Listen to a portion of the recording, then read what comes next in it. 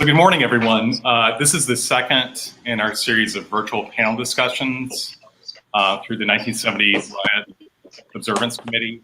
What we're seeking to do in these is connect the history we've been seeking to excavate and observe from 1970 with live and pressing issues in our own time. We have a distinguished panel today. We'll hop right into it. If I could ask everyone to give a brief introduction, I'll say a few things about myself, and then we'll hop on into the questions.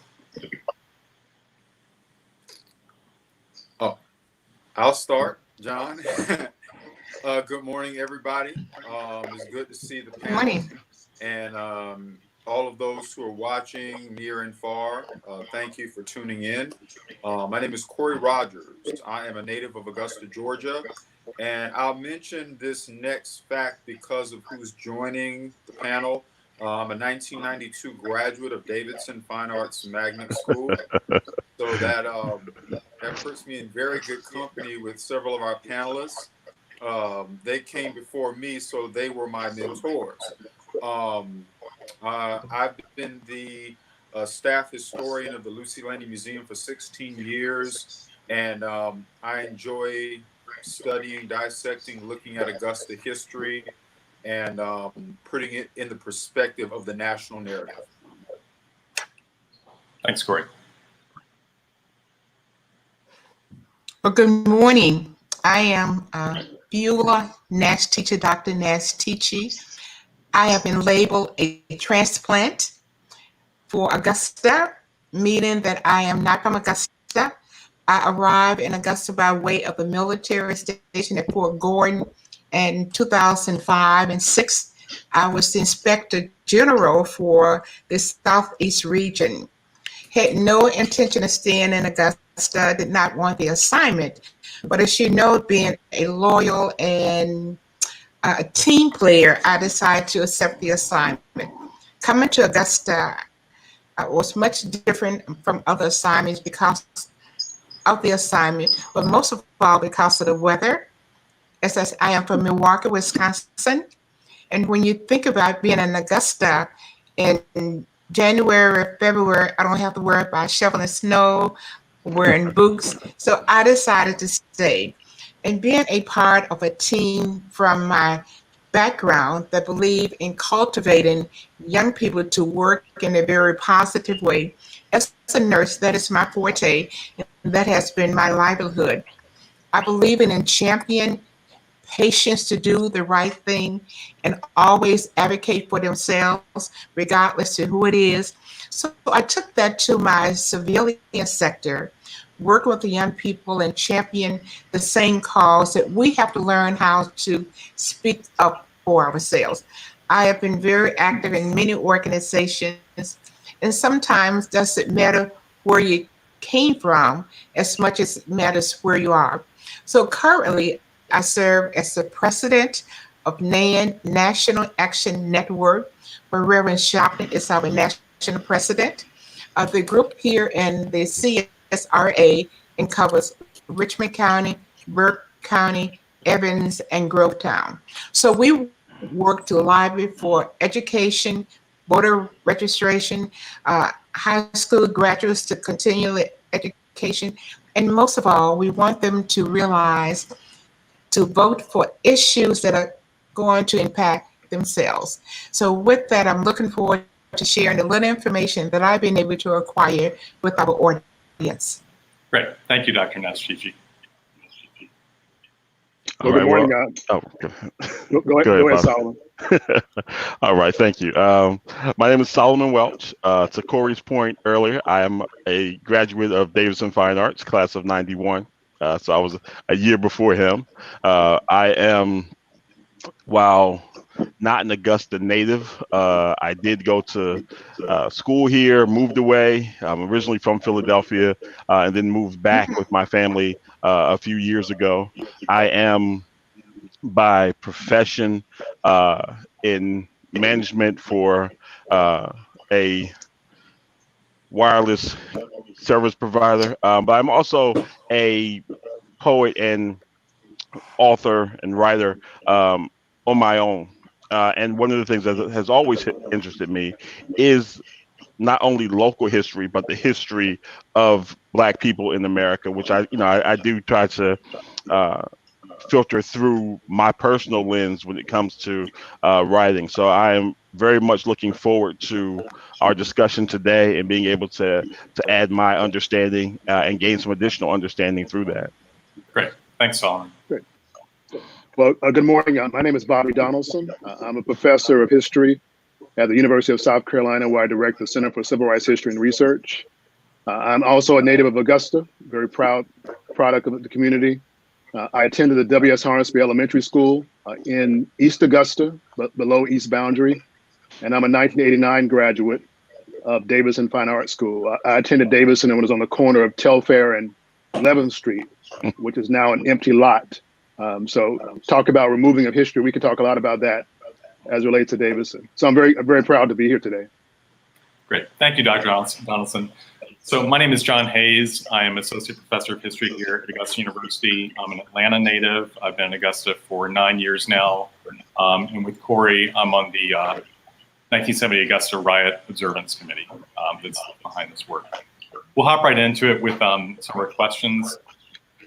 So in recent memory, summer of 2015, summer of 2017, our own time, Confederate symbols have been a focal point of demands for social change. What dynamics are at play here?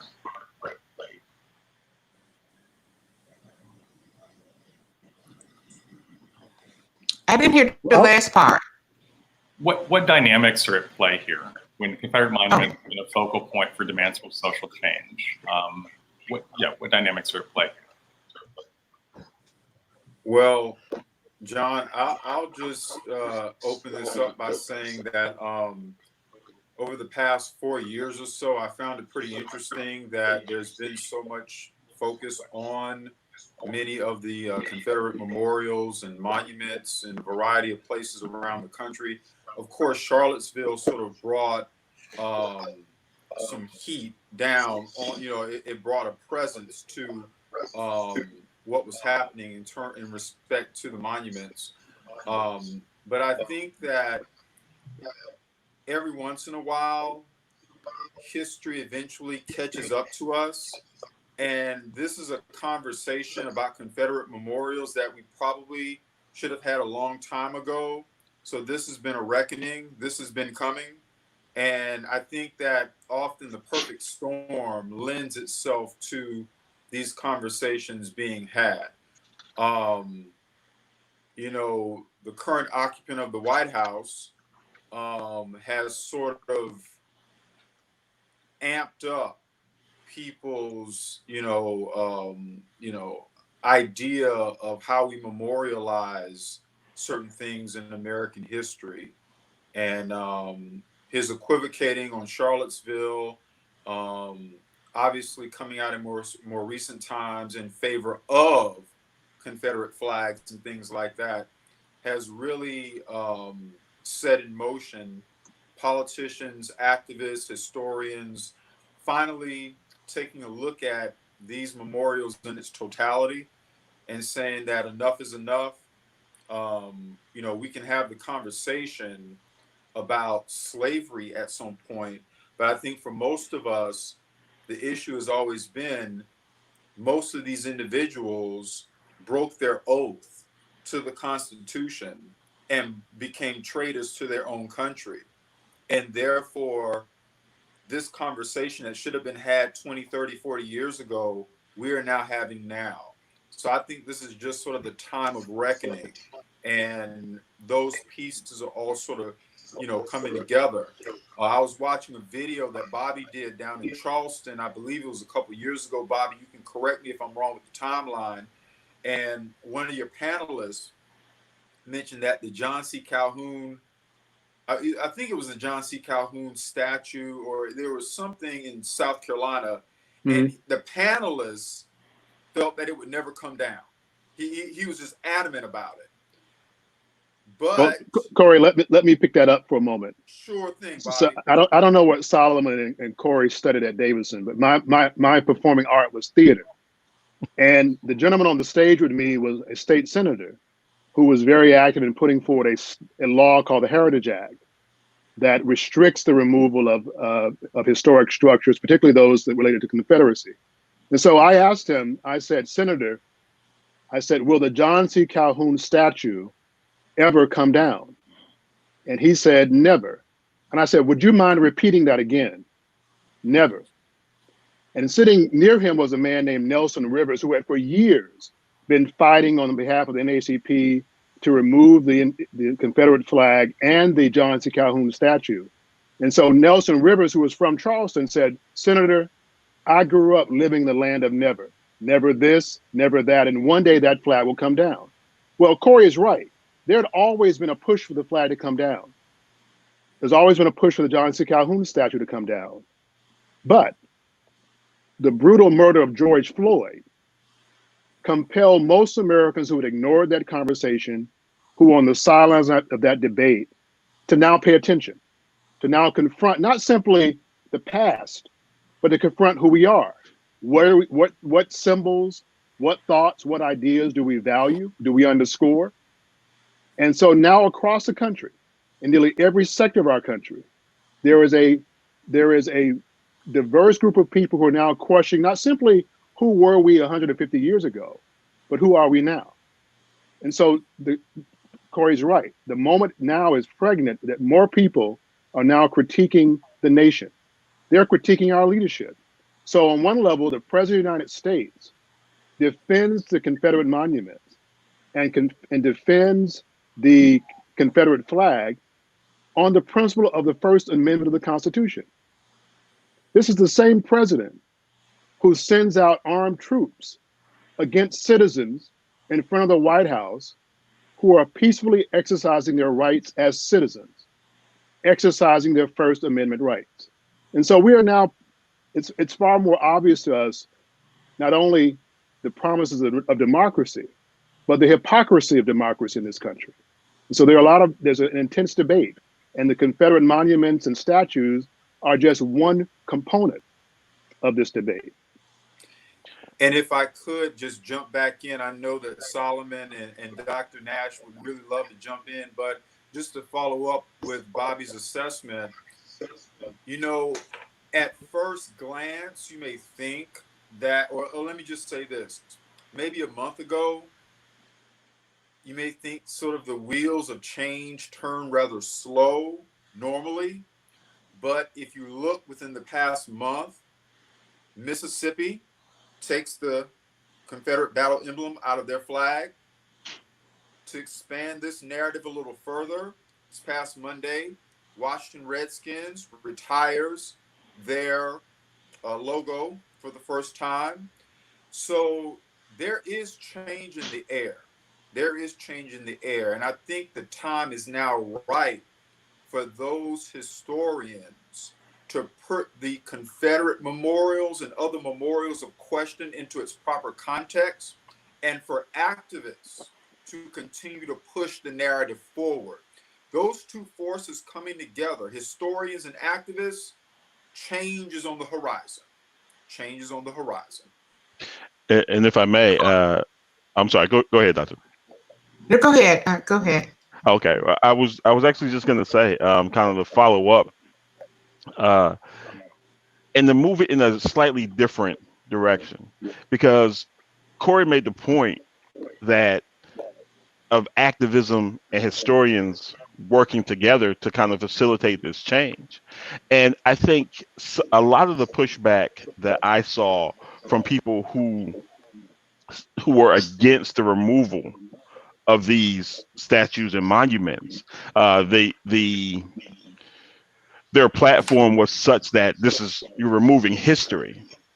And at first, my initial gut reflex was to disagree with that. This isn't history that's being removed. However, I think I've changed my mind on that in a different manner, because I think that the history of those monuments is important, because not for what they stand for, but why they were placed in the first place. Because these weren't monuments to these people who were placed in the lifetime or during the Confederacy. These were things that were monuments that were built after, and that history is the one that I think really needs to be told, because as we go through, it gets looked at, the idea of removing these things because they were part of the Confederacy, and because of course at that point they were traitors to the Union, they were no longer part of the United States, so why are we honoring them, is one thing. But the fact that they were built in the first place in almost, let's say almost 100% of the cases where they were built, was really just to further the systematic oppression of Black people. It wasn't a symbol of the war itself. It was, this is what we can do. This is where you stand, and this is where we're gonna, this is what we want you to remember. And I think as we push forth this push from historians, as Corey mentioned, and activists, that history has to be told. It's not that this was a monument to Southern heritage and these things, or whatever these Southern ideals were previously. No, these things were, for the most part, monuments to oppression. And that history, I think, has to be told, so that now we're not tearing down your history and your livelihood and or whatever your idea of what your ancestry may or may not have been. No, these were only put up by oppression, and by removing them, now we're removing that oppression. The history itself of what happened will always be there. We have records of history, but these records, these monuments to oppression, shouldn't be there. I concur with you wholeheartedly. When we look at history, and especially in a learning context, in school or a project, history should be collected in one particular area. You go there for the purpose of history. But the monument should not be a statue is in your face every time you go downtown or you want to go to a social setting. The one that's here in Augusta on Broad Street, coming from the military, serving, wanted to go downtown to see what it was all about, and there it is. The statue, the biggest building in the CSRA, I do believe. And I concur with you. It wasn't during the fight. It was afterward. And the individuals who decided to put the statue there knew, I believe, they wanted to stay. They built it. And I believe that Black people were there building it all the way up. Blood, sweat, and tears. I believe that. So it is now time to say, we're not trying to deter your history. We want the monument to be a place that individuals that are looking for history, want to know history, you can go there and find it. I think it's time, sometimes when I work with young people, I say to them, I was 19 and 21 and things that happened then. And sometimes we went out to make it happen then, and that's what's going on now. However, in Georgia, and I think happened in South Carolina, a bill was passed that they cannot be moved. So we have to figure out, go back to our elected officials to remove that bill so that it can be removed without any retaliation against our citizen. It is a form of oppression. It is incorrect. It should not be there. It should not be in our face every time we walk down Broad Street. Now, how soon it's going to happen, I don't know. We do know that the mayor of Augusta indicated on live media, on the TV, that he was going to establish a committee to remove the monuments, or particularly the one on Broad Street. I've asked people that I'm affiliated with to call on a regular basis. Mayor, we appreciate your initiative, but when is it going to happen? It should happen today. There should be no doubt about it. One of the entities that I found in working with the Confederate Monument or slavery is the older generation. They have set in their mind that slavery or what happened, that we're trying to take over, whatever. It should not be. We should have a part of this country, a part of this city, of anyone else. So I think it's important that you have a mission, you develop a template, follow through to make sure that it happened. And our young people should be included. Why is it being removed? Not just because it's been removed, but when you look at the writing, when you look at the individuals that are on the monument that I'm speaking of on Broad Street, does it really deplete your values as a citizen of Augusta? And I think the majority, if they look at it, they will probably say no. Therefore, it should come down. Yeah. You know, that whole notion of inclusivity, you know, the statues are rather, and monuments are rather exclusive. They speak to just a particular group of people in a particular group, particular time period. You want your public art and you want your memorials to reflect the values of everyone in your community, not just a select few. And with that, you definitely want to reevaluate having not just the Broad Street Memorial, but the dozens of memorials to the Confederacy in Augusta. I don't know if people fully realize the depth or the amount of memorials there are in Augusta. You drive across the 15th Street Bridge, or if you're going down Deans Bridge Road, it's difficult not to see the name Jefferson Davis somewhere popping out at you in Augusta. So there's definitely a cleansing that needs to occur as it relates to these memorials, not in Augusta, not just in Augusta, of course, but in other places as well. It's not just simply a cleansing; it's also a telling the truth. I mean, we're trying to not only sort of correct the myths of the past, but to tell the honest truth. So Solomon's right. So the Confederate Monument on Broad Street, which I remember distinctly as a child, years ago, there was a book called Junior History for Augusta, and I had a copy of that book. And I searched in vain, turning the pages of that book for references to Black people. On the cover of that book was the Confederate Monument, and it did not tell the truth. It did not tell who was General Robert Lee, who was General William Walker, who was Stonewall Jackson, and more directly, who was T.R.R. Cobb. I suspect, Corey, you give the tours, the balance of Augustas have no idea who these people were, except that they were generals in the Confederate Army. Most people have no idea that T.R.R. Cobb was one of the most vociferous defenders of slavery and called it a religious and morally right system of oppression of Black people. No one probably knows for whom the Calhoun Expressway is named in Augusta. Well, who was John C. Calhoun? No one probably even knows for whom Fort Gordon is named. Well, who was John Brown Gordon? One of the leaders of the KKK. Who was he? Who was that general who said that slavery could be defended on moral, religious, and political grounds? And yet, there is a military installation in our community named for him. And yet, there is a highway in our community named for him.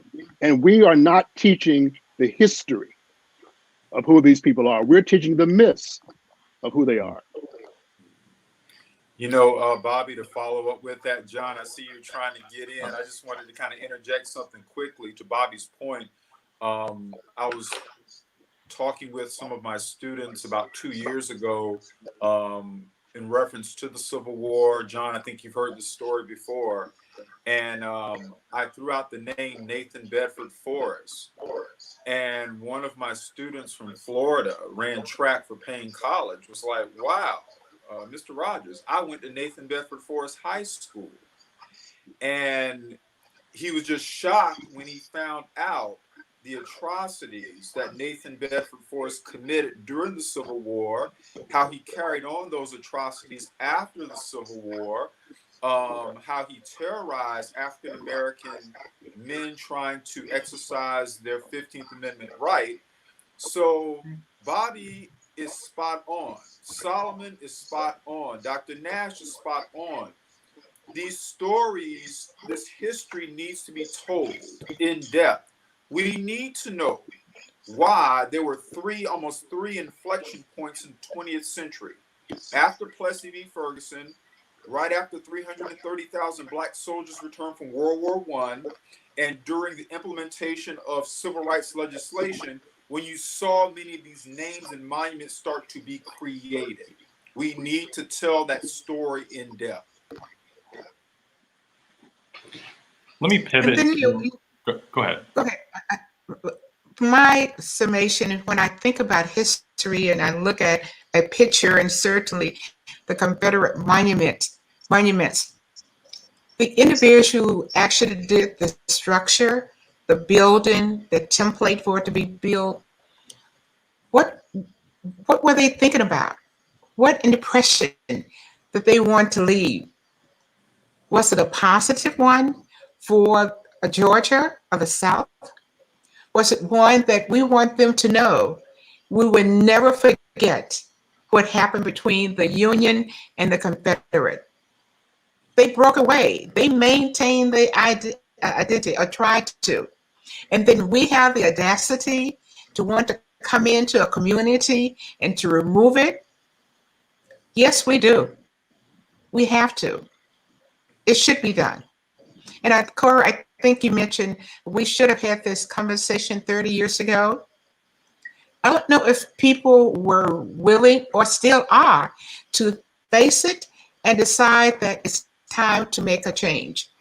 When we look at our elected officials, individuals that we want to go to the White House or go to the Capitol, individuals who are very diverse, who has the understanding that if you have a state or a city with 52 or 54% minority of people of color, and they elected me, then I need to be able to think about the policies and issues that I will vote on that will impact on their lives.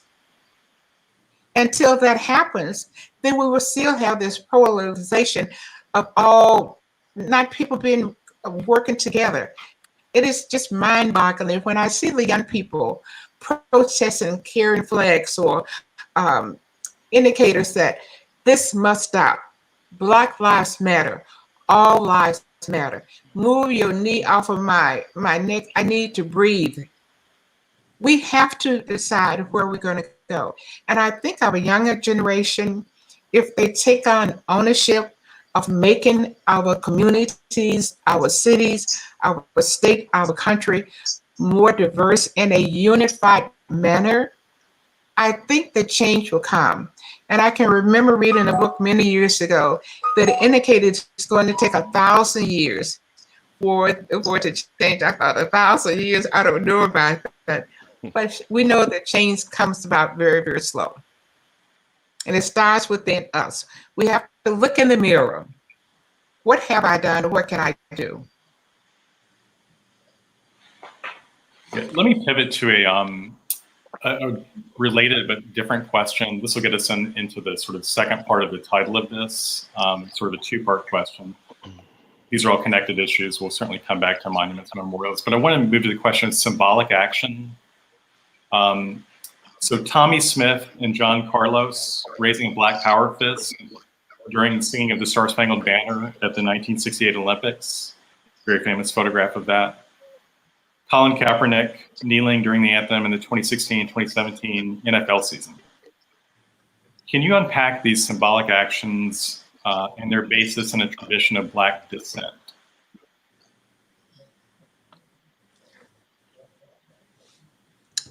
Well, let me begin because the famous Olympics photograph from 1968.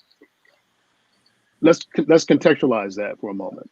So 1968 is the year where Dr. King is killed.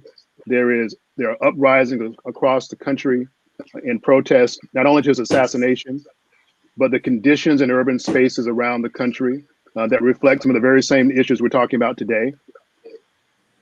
1968 is also 2 years before June of that year, 66, when Stokely Carmichael is in Greenwood, Mississippi. He's released from jail. He's released from jail after walking as part of the Meredith March against fear. And James Meredith is shot in 66 during that courageous march. And during that period, Carmichael is arrested. When he's released from jail, there's a huge rally of 1,000 people in a public park in Greenwood. And what he says at that moment, it directly ties to your question, John. He says, we have been fighting for generations and we've only seen piecemeal progress. Well, now it's time to have a different rhetoric. Now it's time to have a different vision. Now it's time to have a different emphasis. So what do we want? We want Black power. And that mantra is lifted up and it changes the trajectory of the movement. And so what you see in 68 is a continuation of a new escalation of the struggle for freedom and justice. And then remember, 1968 is 2 years before the uprising in Augusta, where not only were people in our community protesting against the tragic death of Charles Oatman, they were protesting against the indignities and inequalities that have been persistent for generations. And so I think that what we see in 68 and carrying forward, there is a consistent thread there, that not only are these gentlemen engaged in a symbolic fight, they're engaged in a real fight. They're trying to address in their own ways, how do we confront systemic racism, systemic inequalities that did not just emerge yesterday, but have been rooted in our community from its very beginning. I think also, to go along with what Dr. Donaldson was saying, is that both of those acts, Kaepernick with his kneeling, and then of course the raised fist in 68, are emblematic of how Black people protest in America and always have. You know, Bobby gave a great historical context of what else is going on, but you don't see you see Tommy Smith raise a fist, but he doesn't act out any further than that. Although, if given what was going on at home at the time, you can make a case that he could have, right? That given that stage and that platform, that there could have been a more demonstrative action taken. Same with Kaepernick. Black people in America, before, during, and after the pressures of society caused these explosions that help drive change, I think we have given a history of being able to protest in a way that is symbolic, that speaks to our pain, speaks to our position, speaks to our need and our quest for Black power or Black influence in the political structure, in the power base, and do it in a way that says, hey, we're not actively, it's not chaos that we're after. It's not violence that we're after. Even, with the recent, with the protests and demonstrations recently, and how the media went from covering the protests to covering the chaos that was inserted as part of that. That's not the end goal. It's, hey, we want to bring your attention to our plight. We want to change it. We want to be part of making that change happen.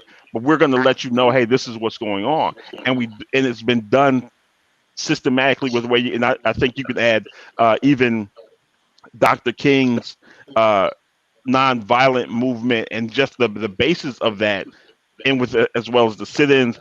It's hey, just this is what our plight is. We're bringing it to your attention. That way we can facilitate conversations about change, but it's not to initiate chaos or the cause trouble. And I think these, the examples that we spoke of are emblematic of that. I know there's more to say, but are we seeing, Nefertiti, do you want to show some of the comments that have come in on Facebook? And you're welcome, as you're answering the question on the table, feel free to engage with any of the comments that are being posted. Y'all can see those, yes? Okay. Yeah. Mm-hmm. I see Sean just posted. Yeah, and we'll, to Sean's point, we will come back to a question focused exactly on that. So it is on the agenda. We will, thank you, Sean. There's a question. May we respond to that? Because I think that's important. And I think that we should not see the fight to bring down monuments as isolated. I mean, there is, I think, a far stronger critique. I mean, this focus on monuments rests solely upon the current struggle to address systemic racism.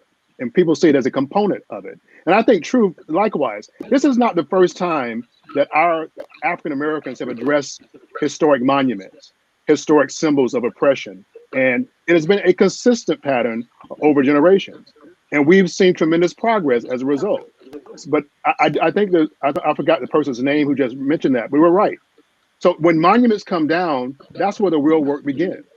How do you address systemic racism through policy, through law, through legislation, to improve our communities and to improve the conditions people face? So it's not an isolated conversation or struggle. Yeah, thank you. I would like to make this one statement.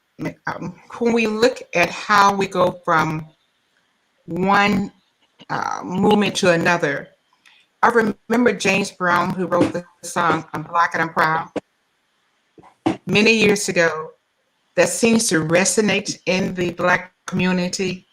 Young people, we have to feel that we are part of this country. We are proud. We have no, we didn't have any say-so to come to America.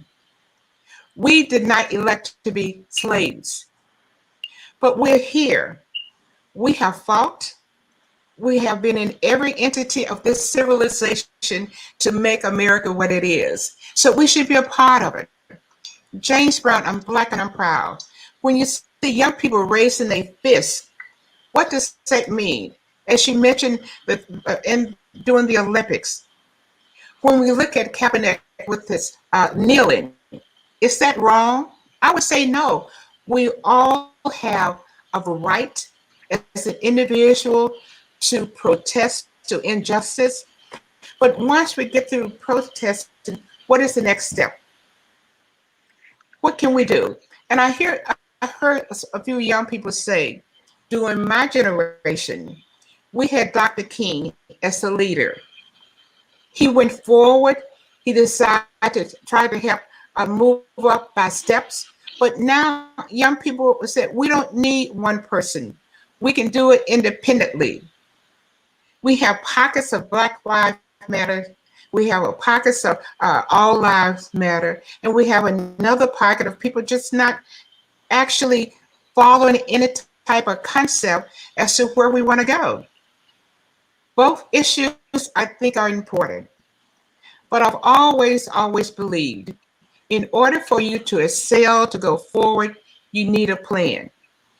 And if we ask 5 or 10 African Americans today, what is the one issue you think is most important? You'll probably get 5 different issues because we all come from different backgrounds. But in order for us to be able to move forward, to be unified, and not to allow someone sitting in the White House dictate what issues we're going to pick up, I'd be glad when November the 3rd is here and Jesus, I pray that we have a different format, Lord have mercy. But again, I think it's very, very important that we look at how we're going to build our community starting today or tomorrow. I concur the monuments are just one issue. If we all focus on removing the monuments, then what next? The Calhoun sign on the bridge. If we all focus on that, then what next? We know that economics is very, very important. How many Black banks do we really have? Construction companies, stores on the corners. So what can we do? When we look at myth, faction, one fact is true. We need to be able to move. I don't think we need 100 people to get anything done, but we need a few who are very dedicated to move those 100 people in the direction it's going to help our community go forward. John, I wanted to kind of circle back around to the examples of protests that you gave, looking at 68 Mexico games and then bringing it forward to Kaepernick. There's something else that's at play here. And I think that we've also seen this play out side by side with a lot of the movement that has been going on over the past couple of years, and that is, how do we define patriotism in America? And it always strikes me as odd that when you have peaceful protests, i.e. Mexico 68 or Colin Kaepernick, who, by the way, he didn't have to, but did his due diligence to reach out to a variety of military personnel, talk with them, and say, hey, this is what I'm going to do. Do you think this is disrespectful?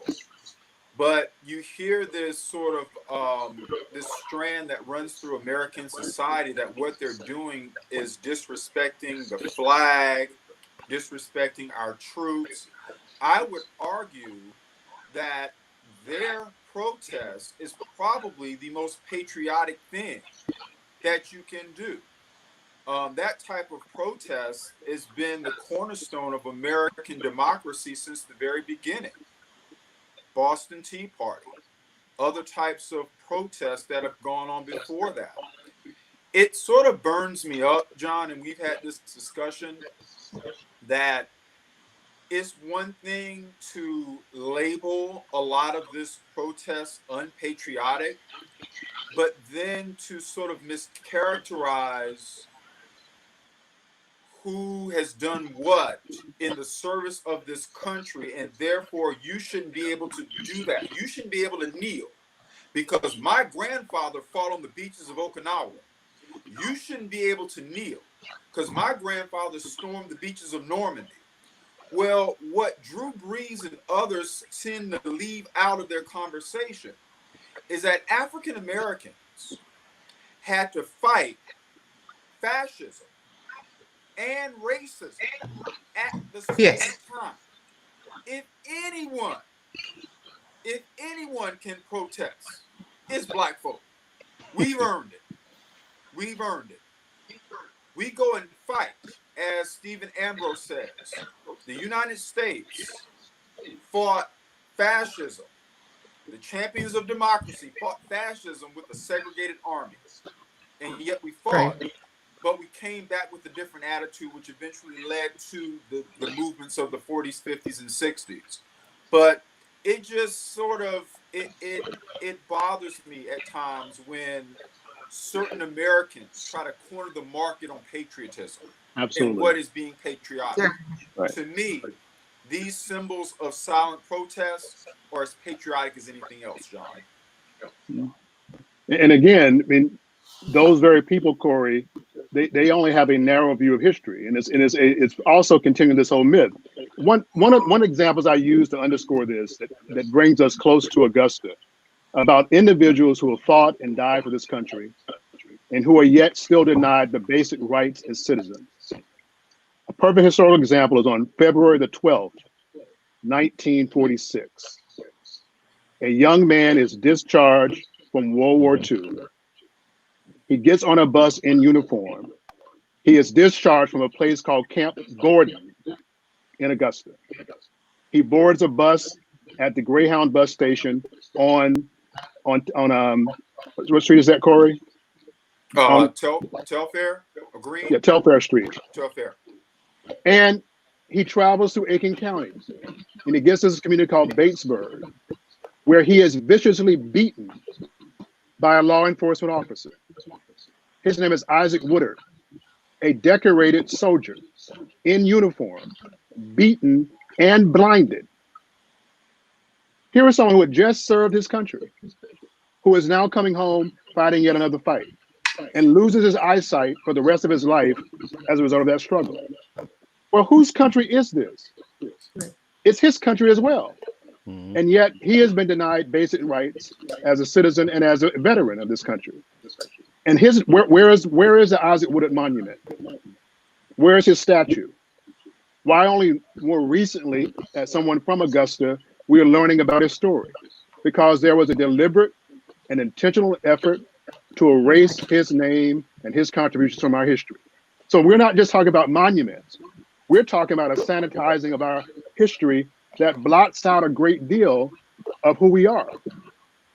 And we're talking about some, so in some ways, some histories have been privileged and have been empowered, and some have been completely denied. So you walk with me now from 5th Street to 15th Street down Broad Street. So much of that landscape has changed in my lifetime, in our lifetime. That median was not there. The Chamber of Commerce building was not there. The Gordon Highway was not there. The trees along the sidewalk were not there. There have been complete renovations of downtown Broad Street, yet some structures are still right where they were since 1878. Mm-hmm. Why is that? And Corey, you also bring up a good point when you talk about patriotism and what that means, and who gets to say what is non-patriotic. And for me, patriotism means I believe in the ideals of my country and I want what's best for my country.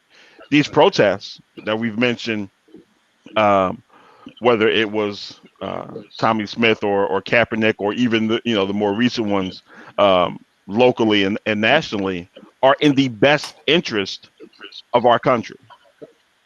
Equality for everybody, and ownership, a piece of that pie, a piece of that power for everyone, versus nationalism. And for me, nationalism is what my country is doing is right. Whatever system is in place is right. I mean, you look back at, say, Germany in the 30s, where, okay, well, this is what we're doing. Everybody's just going along. Cool. This is what we should be doing. That idea, and I think the difference, the contextual difference between those two concepts doesn't get discussed enough. When people protest or they try to hijack the story behind Kaepernick's protest, well, it was he's disrespecting the flag. No, it's clearly not. He said from the beginning this is a protest about police brutality. He said it over and over again. The information is there, but you want to willfully ignore it because what he's doing is interrupting your norm. Right. What he's doing is patriotism, but his patriotism, his wanting better for our country, is interrupting your nationalism, which is saying, hey, these are the structures we have in place, and we don't want to challenge those, and we don't want you challenging those either. Good point, Saul. Great points. We're thinking about connecting national events to literally what's in the built landscape of Augusta, but I can't help but think of just across the river in North Augusta. If you go up Georgia Avenue, there's a monument in Central Park. It's impossible to miss. I mean, it's right there as you go up Georgia Avenue. It's a monument to the one white man killed in a gunfight that originally started with the July 4th celebration of Black citizens in Hamburg. Many, if not most, were veterans of the Civil War, right, celebrating July 4th. And two white men provoked a fight with them. This, a few days later, became what was known as the Hamburg Massacre, huge national event. And there's a monument to the one white man killed in a fight that, again, a white mob provoked in this massacre. So, John. Well, let's quickly. Oh, go ahead, Dr. Donaldson. Well, remind people, Professor Hayes, that monument was put in 1916. Yeah. When one of the leading champions of that monument was a man named Benjamin Pitchfork Tillman. Yeah. Who believed that lynching was public policy, who enforced it as governor and senator. Now, also, let's go back for a moment. So the Hamburg Massacre is July 4th, 1876, right? The monument that we're talking about of downtown Augusta was commissioned in 1875 and was dedicated in 1878. 1875, 1878. Well, what happens between 1875 and 1878? The brutal assault on Black people exercising their right to vote, not only in Hamburg, but also in Ellington, where my people live, and where my great-great-grandfather defended his community with armed combat and what was called the Ellington Riot. So between the commission of the monument and its dedication, Black people are under assault. So when the monument is dedicated in 1878, who has a front row seat at that monument? members of the Hampton Red Shirts, armed militia, whose chief goal and function was to suppress Black voters. So again, if we want to tell the history of the monument, tell the whole damn history of it, and not just a part of it. Yeah, Bobby's absolutely correct. Dr. Nash, go ahead. I was just going to say, when we read history and we pick up a book, it depends on who's writing the history, which portion is told or not. So that's the reason I've always said it is important, not just one person, but several individuals. Go back and pull the history together to make sure we have a very concise, if that's a good word, to depict what actually happened.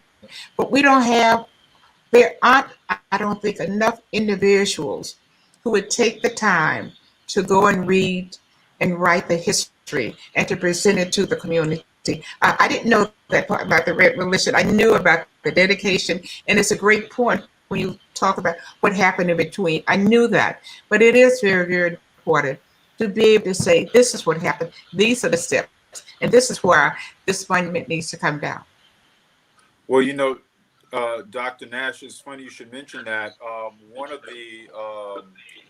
of the core tenets of why we established the Augusta Riot Steering Committee over 2 years ago was to do exactly that.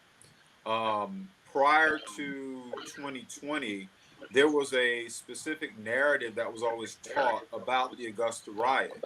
What we wanted to do, we wanted to tell a full story, and we wanted to keep that story in the conversation. We did not want it to be a one-off where we talk about what happened 50 years ago on May 11th and then go on about our business. We wanted to make sure that we could continue to talk about everything that happened in May 1970. So we engaged with those individuals who were members of the Black Panther Party, who were members of the Committee of 10, who were students at Paine College, because in our opinion, their stories had never been told fully. That narrative had only been told from one perspective. We wanted to broaden that perspective. So you're absolutely spot on. The role of the public historians and classroom historians going forward is to make sure that these stories stay in our conversation. Yeah, just a quick just addition to Corey's point is just what our group has been calling the dominant narrative that we've been seeking to overturn. It's politically designed to absolve the status quo of any wrongdoing. It's hard, just that it's not just let's tell the story. It's got a absolving function, right, for the white status quo. Mm-hmm. Let me come back around to the question that Sean brought up earlier, and we got into a little bit. People want to continue with that a bit. So symbolic actions or changes of public monuments. What is the relation between these? Focusing on these, and systemic and structural change.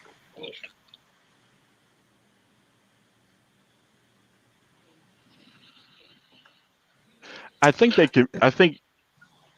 one can lead to the other, right? Because I think the idea and the push is for systemic change. It is to remove the effects of systemic racism on Americans of African descent in every aspect of life, right? But what we get first are going to be those easy wins. You get a different, you take the picture off the syrup bottle or the package of rice, because those things are easy. Those are things I tell my kids, those are things that look like you do work that looks like work. It's easy for a company to release a statement and say, okay, well, we support Black Lives Matter, or we're going to change this packaging for these reasons. And, now we realize these things are wrong. The bigger changes, the systemic changes, are more difficult. Those things, I think, can open the doorway to bigger changes. But I think we also have to make sure that we seize upon those opportunities as a gateway to other things. Okay, cool. You did this. You changed this picture. You released this statement. Now that you've done this, what is your position on the bigger issue?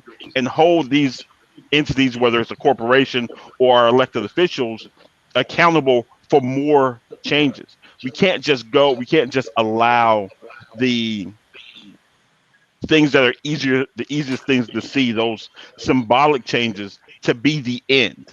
We have to use that energy that allowed those symbolic changes to happen. Because I mean, to put it in perspective, a year ago, those things wouldn't have changed. A year ago, Aunt Jemima was still on the syrup bottle, right? So now that we have that energy and that impetus to make some sort of change, now we have to ask for an accountability to do more than just that symbol. So I think we can't just allow ourselves to be pleased with just the symbolic change, but we can also use that as an inroads to more systemic changes, if that makes sense. I think you made a very, very valid points, because when we look at a few months, last month in June, several companies supported Juneteenth Day. Mm-hmm. I just thought that was just amazing. But I wonder, will it continue? So as activists, as people in the community wanted to move forward, hopefully that's going to resonate and it's going to continue. So little by little, as you stated a few moments ago, when changes do occur, we can build on them and hopefully be able to go forward. I would just say, Target gave their staff off for Juneteenth Day, a paid holiday. I thought, oh my goodness, am I hearing something? But again, it's the little things, the symbols, but the systemic is very, very important. So we can raise the conscience of those who are in charge to be able to make it sustainable. Then I think we'll accomplish something. Yeah, and I think it's also important not to be deceived by the largesse of these corporations. I mean, that is a distraction. Yeah. And for anybody, John, today, part of what's exciting about this moment is that you see this momentum of young people who are now registering their own discontent with their country and their nation. Many are out in streets, some are doing it virtually. So part of what I tell people, as you direct your energies at a monument like the Confederate Monument, don't stop there. Get in your car, drive down. Now watch this. If you drive from Broad Street to 9th Street, you'll be reminded that was not always 9th Street. That was Campbell Street. And you travel Campbell Street through the heart of the old Black commercial district, which is gone. And you cross Campbell Street and you get to Walton Way. Well, Walton Way was not always Walton Way. It was called Calhoun. Calhoun and Campbell, Calhoun and 9th, Calhoun and James Brown Boulevard. So history changes. But if you stand right at the corner of Calhoun and Campbell, or Walton Way and James Brown Boulevard now, look around and you tell me what you see. You see a failure in public policy. You travel further down through the heart of the new Black business district, the Golden Blocks. You tell me what you see. Failure in public policy. You travel through to get to the corner of Gwinnett and 9th, or Laney Walker Boulevard, a victory over 40 years ago, almost 40 years ago. You travel further down to what is now Martin Luther King Jr. Boulevard. It was not always that. It was Milledgeville Road. And you tell me what you see. Failures in public policy, symbols of systemic racism. So again, we should not simply be distracted by monuments, because guess what? Those can and those probably will come down. Right. Most public officials will easily pull those down. But will we address inequities in policing? Will we address policies that affect inequities in public schools, health disparities? That is where the next struggle continues. And that's where the real fight is. So don't get tired or distracted worrying about John C. Calhoun and Stonewall Jackson. Those are easy victories. You know, to follow with what everyone has said thus far, I think the entire country was caught up in the fervor and the energy that was happening after what happened with George Floyd and others, and you started to see this change. I mean, a lot of it was cosmetic, as Solomon pointed out. Some pretty interesting. I believe, and someone on the panel, correct me if my numbers are off, but I believe Netflix gave $100 million to a Black-owned bank a few weeks ago. And they also gave money to Spelman and Morehouse. And Spelman and Morehouse. But I think, personally, when I really felt as though an organization took that sort of cosmetic nature to the next level was when I heard that the NFL was going to play Lift Every Voice and Sing at the beginning of each game for the NFL season. And I'm thinking to myself, okay. I'm like, this can't be all. This can't be all. And so Bobby points out an interesting point, and the rest of the panelists, to steal a phrase from the 1980s documentary, keeping your eyes on the big prize. Mm-hmm. And that is, changing police culture in the country, registering more people of color to vote, changing prison policy in the United States. We really need to think big at this time. We need to go big with our ideas. Okay, we really need to go big. Now is the time.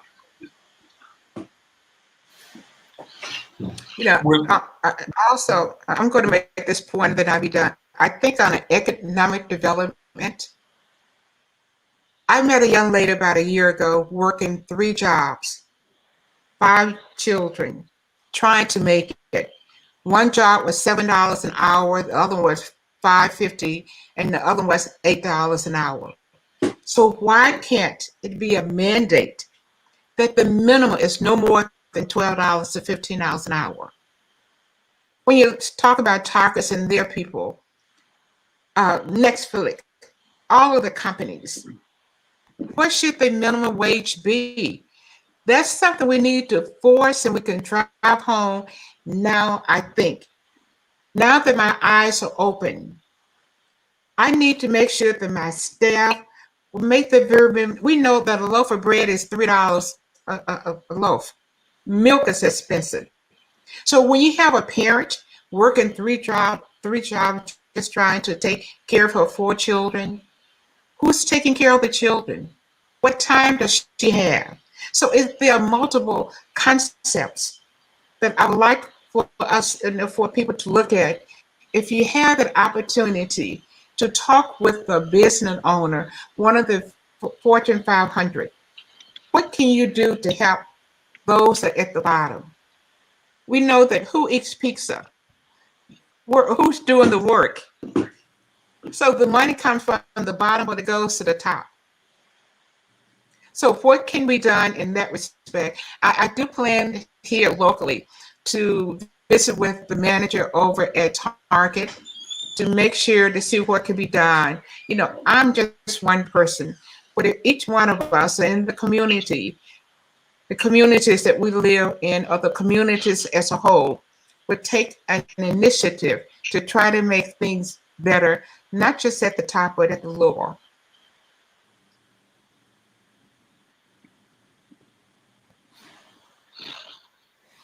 Thank you. We're a little past our hour. We've had a wide-ranging discussion on public policy, patriotism, symbols, history. Dr. Donaldson, I believe there's already a movement to tell the whole damn history on a bumper sticker. I believe that's happened on the Facebook chat. Where did the profits go from that bumper sticker? We'll be in touch. Okay. Would anyone like to just sort of closing reflections or thoughts? Yes. If I could, I want to just offer one commentary about monuments that connects to Dr. Nash's comment about the voting. So today we had a substantive conversation about the monument on Broad Street. but there are monuments across this country. And there's a monument at 1600 Pennsylvania Avenue, not the White House, but the occupant of it, who is a monument to bigotry and discrimination that should be removed from that place of power and put away in a museum. I was struck on the celebration of the 4th of July recently, where President Trump creates a photo op at Mount Rushmore and talks about the critique of recent protesters. And he says, those people are trying to take away our history, our heroes. And I just can't wait to start teaching in September, because I want to ask my students, who is our? What's the subtext there? And we all on this panel and those watching clearly know what the subtext is. It is a nod to white supremacy. It is a nod to bigotry and discrimination affirmed at the highest levels of this country. It's ironic, when I got up this morning to prepare for this program, I heard the news about the passing of a man named Reverend C.T. Vivian, a 95-year-old foot soldier in the civil rights movement that most people probably don't know who he is. Well, C.T. Vivian, ironically, 55 years ago, was beaten by the Sheriff Clark in Selma, Alabama, where he is trying to register people to vote. And the sheriff attacks him for trying to exercise his right to vote. That was 55 years ago. Now, we don't see sheriffs beating voters. We're seeing police beating innocent citizens in 2020. So we've made tremendous advances since the day that C.T. Vivian was beaten for registering to vote. But we're often reminded by the current circumstances that change has always been gradual, even though it's been tremendous in terms of the historic scope. So there's great work to do. And these conversations are just one important component of that great work. And so today I salute C.T. Vivian and all those foot soldiers who made this platform possible. You know, with that statement, we've heard people say, I stand on the shoulder of so many others. And I think that's very, very important that we realize that we are not here just by ourselves. There have been others who come before us. And as we climb the tree, bring someone else along with us to make sure that they too understand the struggles, that they can take a little part of it to make their family, their communities, their churches a little bit better. I'll just add on to that as well, because not only do we stand on the shoulders of others, I think it is important that we are mindful that we are the foundation, we're the shoulders that someone else is going to stand on. So we have to be able to continue this fight, whatever our individual platform is, however we choose to attack this, but to keep the information out there, to keep the energy there. And I think one thing that we've kind of has been consistent throughout all the topics we've discussed today is the difference between the history, as in what happened specifically, and the historical context of those things that happen. And I think that's the thing that we have to keep open, and we have to make sure that we're educating each other and everyone else about, because that historical context is what allows us that foundation to make those changes. It's easy, to blow these dog whistles to white supremacy to people who don't understand the context in which these things were done. Well, they're tearing down our history by removing these monuments. Okay, well, let's talk about why these monuments, what context these monuments were put up, and then now let's base that on what you view as your history. So that context is always important. But the thing we also have to remember is that we are collectively and individually the leaders of these changes that are going to happen, whatever that looks like. The first thing it looks like to me is making sure that you get out there and vote in November. That is a change. That is part of that process that we all can be in, and we need to bring more people along with us. So as we continue to keep this same energy going and continue to push for these real changes that we need to, those changes aren't going to be effective until we change those people who make these policies. Right, sure. You know, John, there's not much more to say. Bobby, Solomon, and Dr. Nash are a hard act to follow. But I will close out by saying that I feel good about the direction in which the movement is going.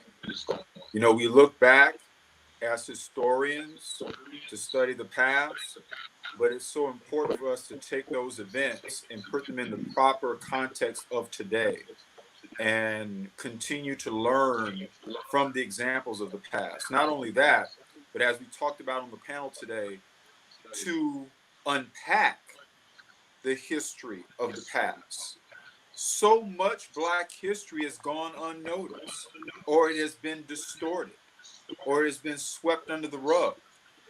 But I have a reason to believe that with the Bobby Donaldsons of the world and the John Hayes of the world and the Mallory Millanders of the world, that this history will continue to unfold and we will continue to learn more and more about various parts of American history and not the small pieces that have been taught us in the past. So let's continue this dialogue. Let's continue this conversation going forward. And I think today's dialogue, you know, is sort of, it keeps the momentum going. So thank you to all the panelists, and let's keep the revolution going, everybody. Yeah, a huge thank you to all the panelists for being with us for this lively, thought-provoking discussion this morning. For our virtual viewers, thank you as well. We're envisioning these as basically a monthly virtual panel, so we will hope to see you again in mid-August. Take care. Dr. Hayes, may I make an announcement? Please, please. Please, the panelists, whoever is on the podcast, take a few moments and Google Augusta, Georgia, Mayor Hardy Davis. Call his office and ask him how soon will he make a decision to remove the monument on Broad Street. Thank you.